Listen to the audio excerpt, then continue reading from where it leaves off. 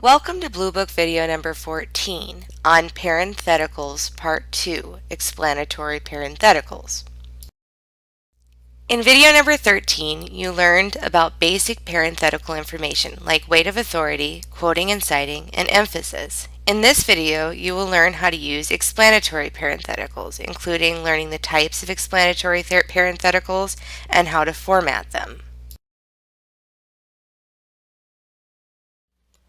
Explanatory parentheticals are governed by Rule B 10.1.5 and Rule 1.5.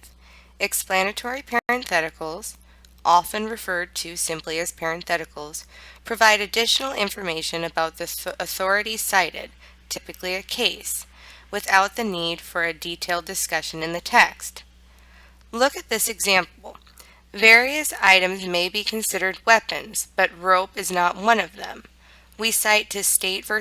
Baldwin from the Ninth Circuit and then include an explanatory parenthetical which reads, finding no evidence suggesting that a rope qualifies as a dangerous weapon under Oregon statutes.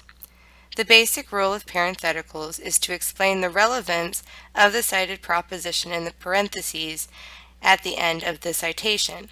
The explanation should be as concise as possible without sacrificing clarity. You can omit words such as the unless doing so would cause confusion. So with the example above, the parenthetical explains why rope was not considered to be a deadly weapon because in Baldwin the court found no evidence that it qualified under state statutes.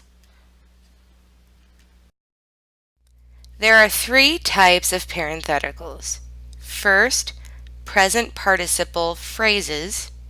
Second, short phrase or statements. And third, quoted sentences or phrases. Let's look at each of these in turn. First, present participle phrase. These usually begin with a present participle form of a verb, one that ends with ing. Examples can include explaining, distinguishing, reasoning, noting, arguing, stating, defining, holding, finding, etc. Here is an example after the Cooper case. Holding police officers' actions did not rise to the level of due process violation. In general, you should use the ing form to start an explanatory parenthetical. There is, however, an exception. If the context of the citation makes the participle phrase unnecessary, you may use a shorter phrase instead. Let's look at when parentheticals can be a short phrase or statement.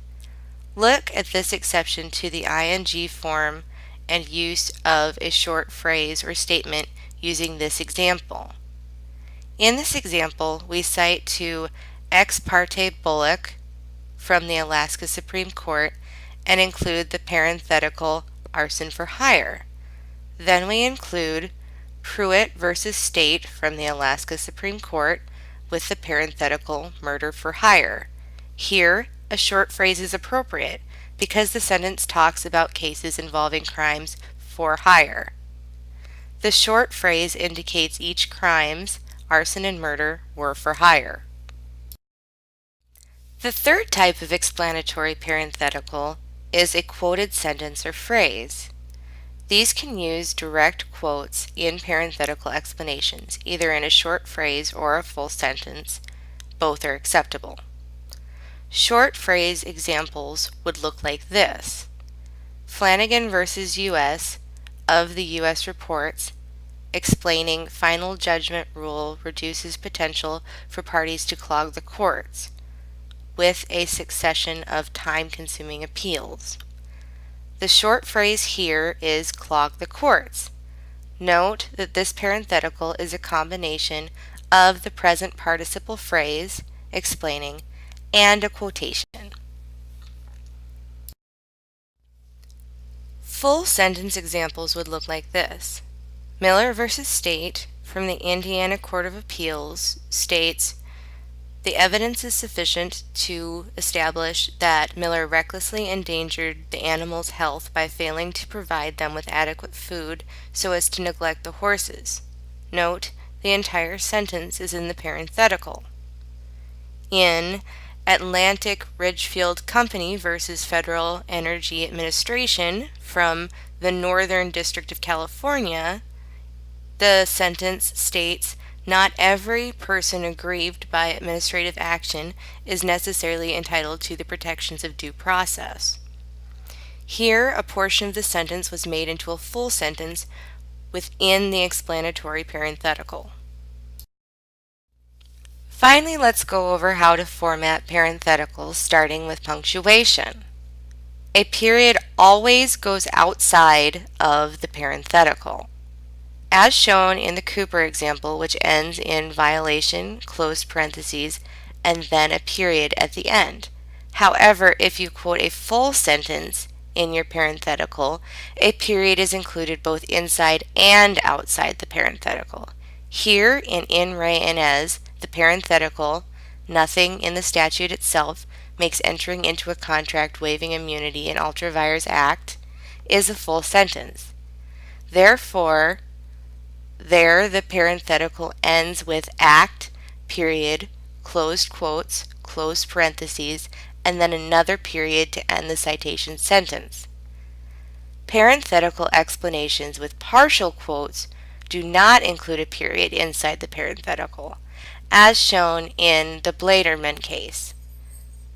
There does not need to be a period inside the parentheses after "fish do not breathe air" because it is only a partial quote.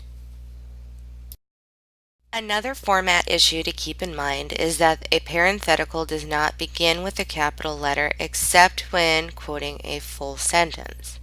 Notice the difference between the Cooper parentheticals. The first is just the writer's summary of what Cooper held.